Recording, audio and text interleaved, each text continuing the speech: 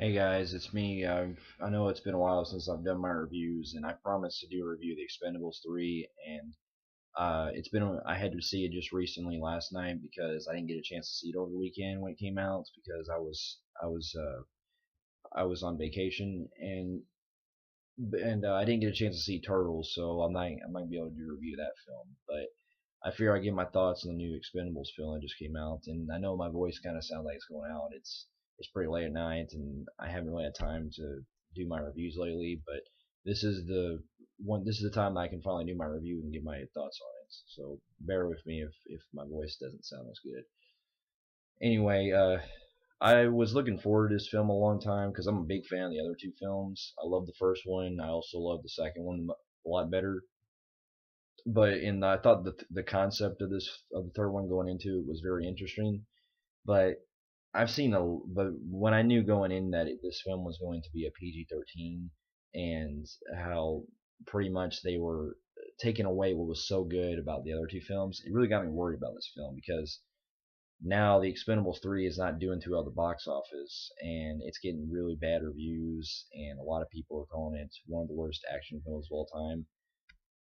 I really disagree on that part, calling it the worst action films of all time, because I mean, it still has a good idea. You know, the concept is still neat. You get all these guys together who you've wanted to see for years in a film that you grew up with.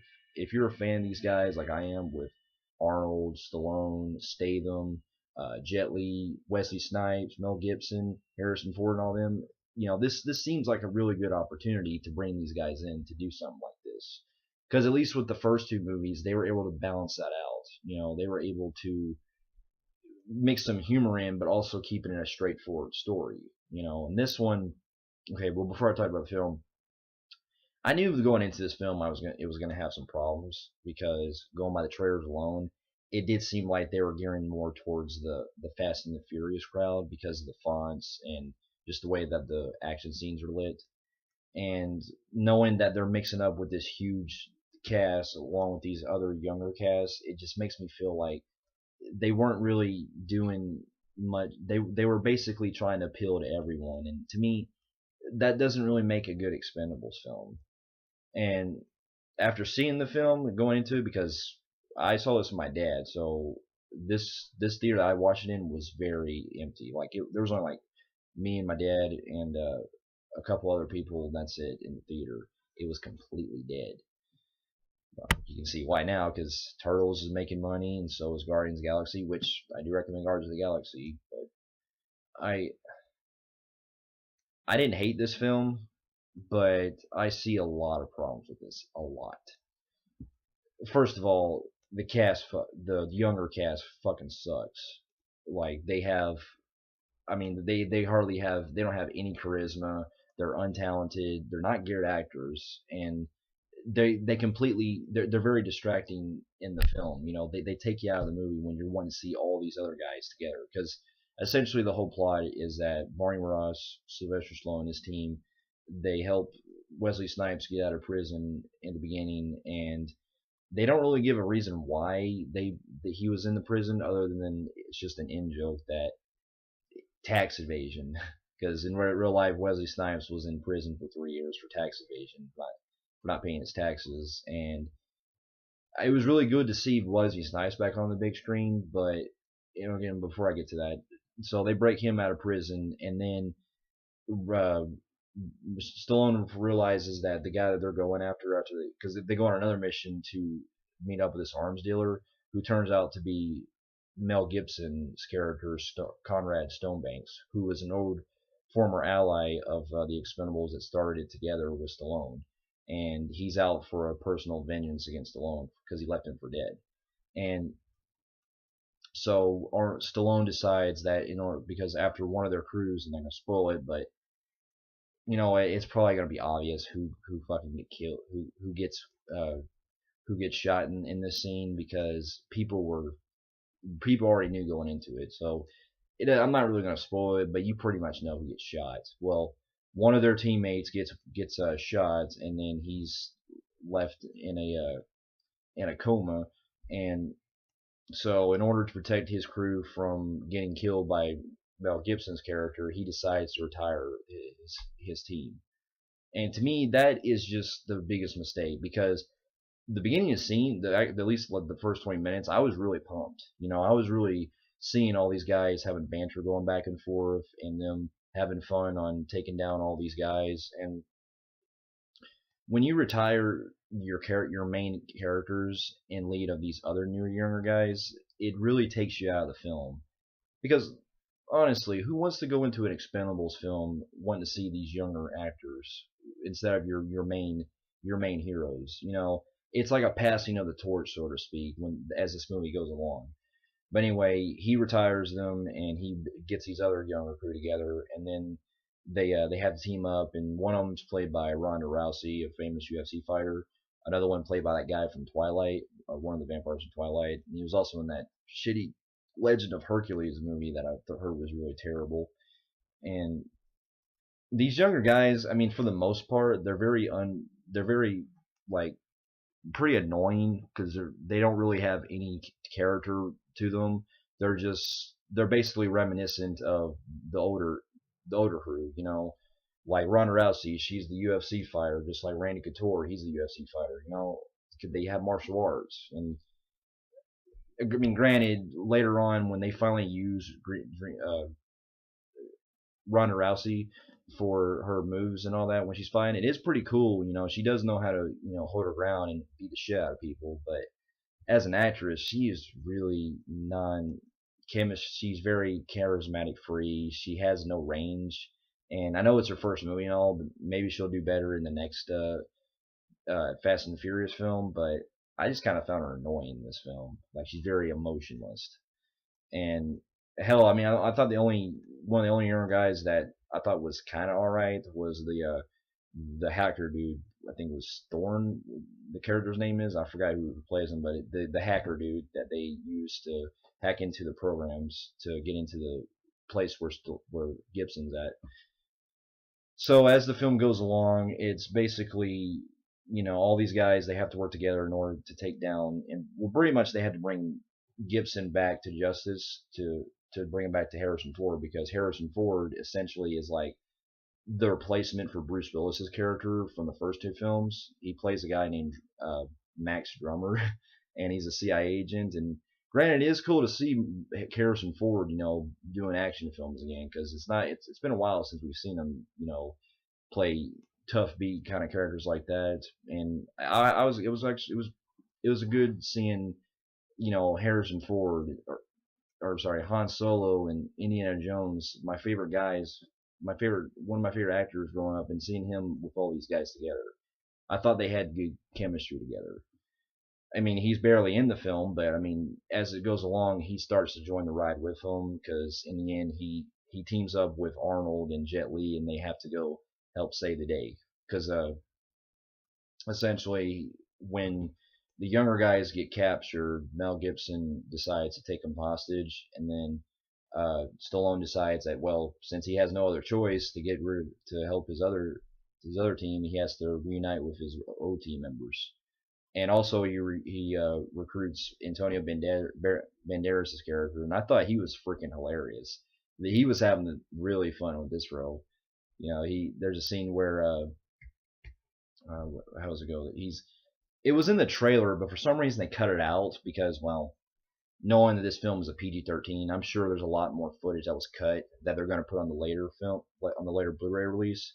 But there was a scene in the trailer that really cracked me up when he was like,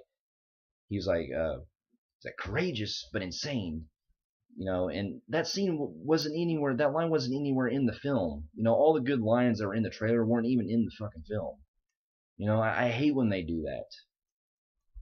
But I mean, look, I have a lot of problems with this film, and it is definitely the weakest of the three. Do I completely hate it? No, I don't completely hate it, because there are some things about this film that I liked. I liked Antonio Banderas. I thought he was having fun. I liked Harrison Ford. I thought he was having fun as well. And even Mel Gibson, I thought that out of all the villains from the other three, as far as these three films, he was the best choice to play. He was the best villain out of all three, because he actually has a vendetta with Stallone's character, because they were buddies together, and he got left for dead, and he wants to get revenge on him. and he wants to pretty much he's an arms dealer who collects art, and he just destroys any pretty much. I don't know exactly how to explain it, but basically he collects famous pieces of art that's bad. And he's like, that's shit, but I'll take it. But it's just a blast seeing crazy fucking Mel Gibson playing this character, because knowing him in real life, it doesn't really surprise me that he would play a villain. You know, and I also enjoyed Wesley Snipes. I thought he was having fun too for the little time that he's on screen, because my biggest problem with this film is, one, the younger kids, they fucking suck. They should not have been in the film. It could have worked better without them. There was no need to have them other than to have the plot go forward. And also, you can tell this film probably would have been better if it was at least a R, because the action scenes were kind of choppy in a lot of scenes. Like, granted, there are some good set pieces as the film goes along. Like, you have a scene in this like hotel building in the very end when they're shooting tanks, when these tanks are storming in the waves and all that. And you also have another sequence where at the beginning where they're on the train that's going down, and that was interesting set. That was a good set piece. And there was also the scene where they're storming the building where Mel Gibson's hiding at in the middle of the film, and I thought that was interesting seeing how they sneak in and all that, because they use like night vision goggles, and they have like this gun that can turn curveways and all that. But you can tell this director Patrick Hughes, he at least wanted to make the scenes edited right, but they were pretty poorly shot, because every time that someone would get shot, you don't see any blood, and a lot of times you can't really tell what's happening because the scene's cutting so quick that you're kind of wondering, did someone get shot, did someone get hit? You can't really see it that well. It kind of looks blurry in a lot of scenes. Now I imagine, when this film comes out on Blu-ray, they're gonna probably fix that up like they did with the first Expendables, because if you don't remember, the first Expendables had an extended director's cut, which fixed all the shaky cam problems in the theatrical version, because you actually got to see the Dolph Lundgren fight Jet Li, and it's a lot more clear. And I mean, other than that, I mean, my biggest problem also is just the very limited screen time of our heroes. You're wanting to see Wesley Snipes, Dolph Lundgren, Jason Statham, and all them guys having banner going back and forth, but it just feels like a missed opportunity. I feel like I don't hate the film, but I feel disappointed. I felt like this film could have been a lot better for what it was. Now, who knows? Maybe I'll like the film better when it comes out on at least Blu-ray, I think, because I'm still going to buy it regardless. Because I am a man of my word. I still collect films that are part of a series.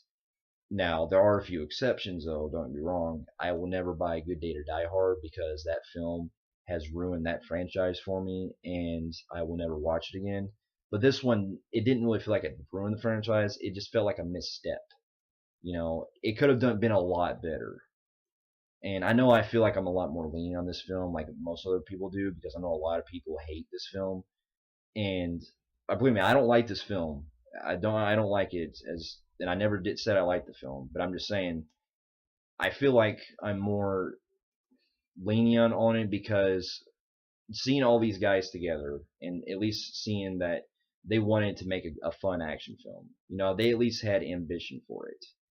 And I at least give that props, because even though the story is a lot more, it feels a lot more like the plot for Expendables 2, and it drags along with the pacing. You can still tell that when they wrote this concept down, they wanted to make a good film. They wanted to make a fun action film, one for all the old school nostalgia fans like myself and my dad and many others. And I imagine so that one day maybe we'll finally get that film that, like how, you know, we'll finally get a film that brings all these guys together again, and they finally do it right. Well, I'm not sure if they'll make a fourth one, but maybe if they make a fourth one, they'll probably do it better. But I mean, that's really all I've got. I mean, from all the complaints that I've had of this film, I mean, there's still some good things that hold up for it, but it's all in between those scenes. So no, I don't recommend watching this film in the theaters, especially if it's PG-13 rating. And don't get me wrong, I'm not biased with PG-13 action films. I actually enjoy films that do have PG-13 ratings that were originally part of the franchise. I'm probably one of the few people that like Terminator Salvation for its rating of PG-13, and I also like Live Free or Die Hard. Now, even though that film I like better on unrated, I can still watch the film, and there it's not really the rating itself, it's just the actual quality of the film. Because to me, ratings don't always make work unless it's the direction, unless it's the storyline, or it's the quality. It's anything in those that judges the film on its own. But yeah, that's really all I got. I mean, this film is a very misstep opportunity. I know I said that a lot of times, but don't waste your money in watching the theater. At least rent it when it comes out on Blu-ray, because you'll finally get to watch the unrated cut. Because even though they're probably going to put a lot of CGI blood in there like they did in the other first two films, maybe they'll at least fix up the actual camera work and the actual editing. Because I mean, man, there are some good action scenes that I did like in this film, like the very end when they're going they're bickering back and forth and they have their fight scenes. I thought it was well put, for the most part. Now, in between, my biggest thing was that they kept cutting away from all they kept doing this the whole time in certain scenes when they're doing like shooting enemies and then you don't see any blood, but that was only like a few times during the ending scene. And you know what? I'm probably going to be one of the only few people that says this, but I actually didn't mind the fight scene with Mel Gibson and Stallone because it felt like the stakes were a lot higher. Remember in the second film when you got to see Van Damme fight Stallone? That one to me felt a lot more one-sided. Even though it was a lot more rougher, you're seeing all the intensity in Stallone. It really felt like Van Damme was over cornered. He was like basically a punching bag. In this one, you actually do get to see Mel Gibson beat the shit out of Stallone first, and then they're going back and forth. Yeah, it's a short fight scene, but at least they have more tension, But and that's really all I've got. I mean, yeah, there's some corny lines too, like especially when you got Arnold spouting out one-liners that he's supposed to be saying in better films, like "Get to the chopper." But I mean, that didn't bother me as much as like some of the other dialogue from the fucking younger audiences, or the younger team members. Like every time Ronda Rousey fights somebody, and then when somebody talks to her, and then when she's done fighting somebody, she's like, "Men." That's like her catchphrase all of a sudden. It's pretty weak writing, or pretty bad writing right there. But yeah, that's really all I've got. I mean, there's much more I can say about the film, but I don't want to get too much into it because it's getting pretty late, and I I mean, there's that's really all I can really say. I mean, I'll get the film when it comes out on Blu-ray and DVD for the unrated cut, but I wouldn't waste my time watching in as a PG-13 unless you want to see Wesley Snipes, Antonio Banderas, Harrison Ford, Mel Gibson, and who was Kelsey Grammer as well. He was in the film. If you want to see just those guys alone, they make the film worth it. But other than that, that's really all I've got. My next review will be Sin City: Dame to Kill For, and I'll be seeing that this coming weekend. So until then, I hope everyone has a good rest of the week, and I shall see you guys later.